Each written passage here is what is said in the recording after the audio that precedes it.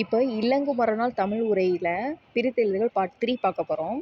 Again கூட்டல் தலை again தலை எகின் கூட்டல் புல் எகினும் புல்னு சொல்லலாம். எகினும் புல் அதாவது வல்லின எழுத்தும் வரும் மெல்லின எழுத்தும் வரும்.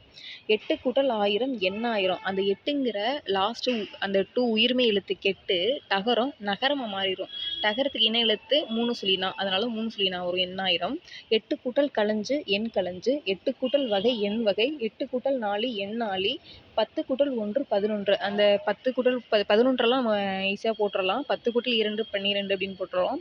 10 கூட்டல் 3 13 10 கூட்டல் 4 14 10 கூட்டல் 5 15 10 கூட்டல் 6 16 10 கூட்டல் 7 17 10 கூட்டல் 8 18. அந்த 10க்கு அப்புறம் நிறை பெயரும் அளவு பெயரும் வந்துச்சுன்னா அந்த 10ங்கிறது 10 அப்படின்னு மாறிடும். 10 கூட்டல் களஞ்சு 10 களஞ்சு 10 கூட்டல் தொடி 10 ரொடி 10 கூட்டல் பழம் 10 பழம் 10 கூட்டல் களம் 10 களம் 10 கூட்டல் பானை 10 பானை. எண் கூட்டல் பகை எண் பகைன்னு சொல்லலாம், எற்பகைன்னு சொல்லலாம். இந்த எண் வந்து நம்மளை குறிக்கிறது. நம்மளை குறிச்சிச்சுன்னா 2 சுழி எண்ணு. இதுவே 8 அப்படின்னு குறிச்சிச்சுனாக்க 3 சுழி எண்ணுன்னு வரும். அது மாதிரி ஃபஸ்ட்டில் எகின் பார்த்தோம்ல, எகின் வந்து எதை குறிக்குதுன்னா அன்னப்பறவை குறிக்குது. நம்ம பார்ட் 2லே பார்த்துருப்போம். எகின்னா அன்னப்பறவை.